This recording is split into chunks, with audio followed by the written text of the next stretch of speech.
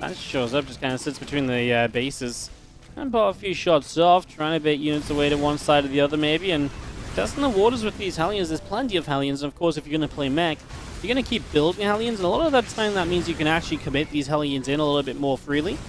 You know, commit those Hellions in, morph them into Hellbats, do whatever, because you've got more of them coming, so it's not like this is all of your map control disappearing or anything like that. These Hellbats went on a journey and tried to catch some of those drones. Denver paying attention, responding to it. This Hellbat attack didn't really gain all that much, all said and done. Like I say, I mean, you can get away with it more than if this was Bio. Now you'd be pretty defenseless. You put a lot of money into that. With Mech, Hellions are that little bit more throwaway, but there's still consequences. Sometimes you give away too many, you don't have enough of a buffer right away. Certain timings can become that much more deadly.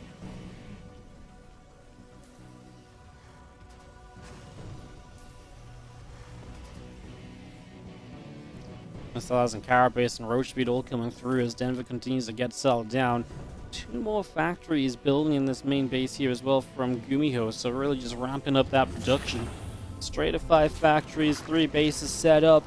We've got ourselves a good little game here already rolling.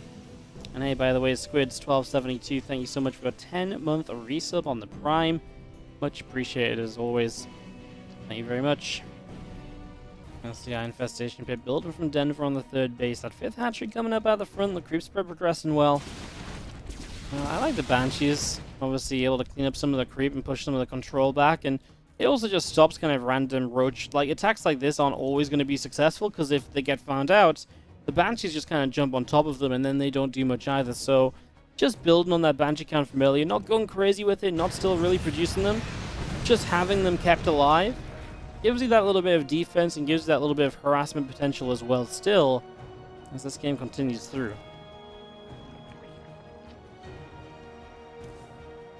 And that's coming down on the back of this mineral line. And she is around the right. I mean, as the queens come over here, this shouldn't be an issue. They should just be able to get out without problems. Do have Hyperflight Rotor is going to start up on that tech lab as here comes the Lingroach Ravager Force pressing down. Only really Cyclones here to defend, and Cyclones which are not upgraded. Am I crazy? No Magfield yet? Oh, no Magfield. He just starts that now, but that feels very late for relying on basically just Cyclones. The damage output just is not there to deal with these roaches in the slightest, so yeah, this should have been much easier. And I mean, it will be a cleanup without losing too many SCVs, but it was an expensive cleanup as well, because you're losing so many of these Cyclones. These SCVs have chased very far, and I think they should probably take the chance to turn back around. There's no reason to keep chasing the Roach Ravager back. They were there for a bit of a buffer, and they really did, do the job of that. They did it well. We're going to actually go into more Banshees now with Hyperfly Rotors, obviously, so keeping on building this up. And the big question is just going to be, can you hold this round of attack? It's going to be tough. I mean, especially missing Macfield just means that you're against the Roaches, you're that much weaker. And that really is a shame, because it means that, the buffer of the Zerg army is just going to last that much longer. The Ravagers and the Queens get more chances to deal the damage. That's obviously exactly what you're kind of dreaming of. The Zerg's double Banshee gets shot down out of the sky.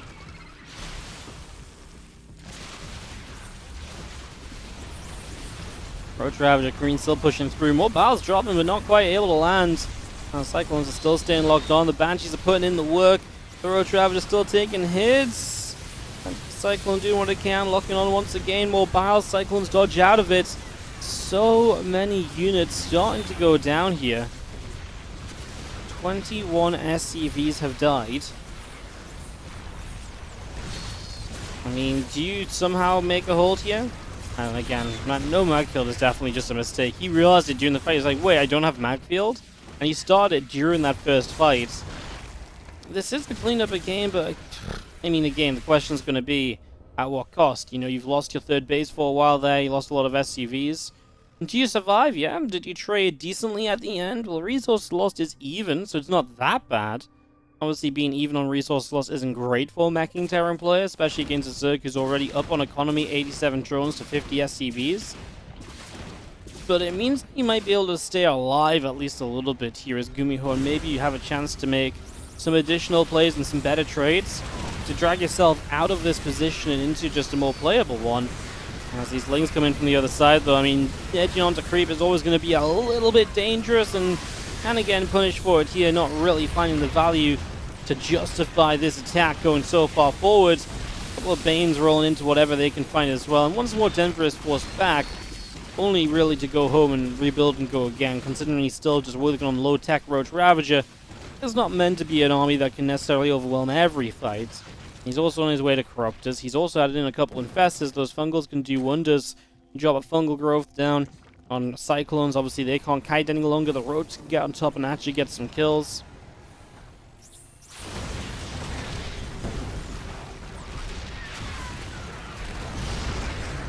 Let's see how Roach Ravager continuing through. A couple of Biles continuing down. The Roaches continuing across.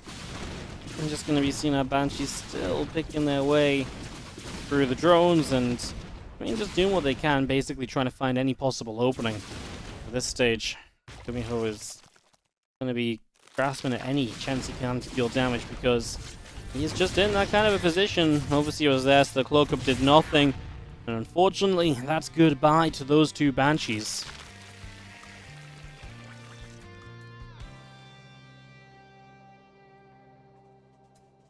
Roach Ravager Bane. Sets up, we move on forward. And it's going to the Caustic Spray as well as the Corruptors. I think those are going to be Caustic Spray machines. Maybe to help against the Banshees was the original intention. If you help, Banelin's actually just going to roll on in. Planetary Fortress goes down. And it looks like we're just going to keep on committing through as well. A couple of Infestors showing up. Weren't even really needed, right? There's a few more Lings coming too. Maybe too many tanks too far back there, but obviously Denver just says, cool, well, turn it around, maybe lose a couple units retreating. That Banshee will be annoying, yes, but well, he's actually going to lose a lot. He's going to lose all those Ravagers too. Maybe he should have just suicided in and said, hey, I'll just drop a couple of Biles and maybe try and clean out another tank or so, because he lost every Ravager trying to retreat away, actually. That's actually a pretty good chase for GuMiho. He did much better than expected.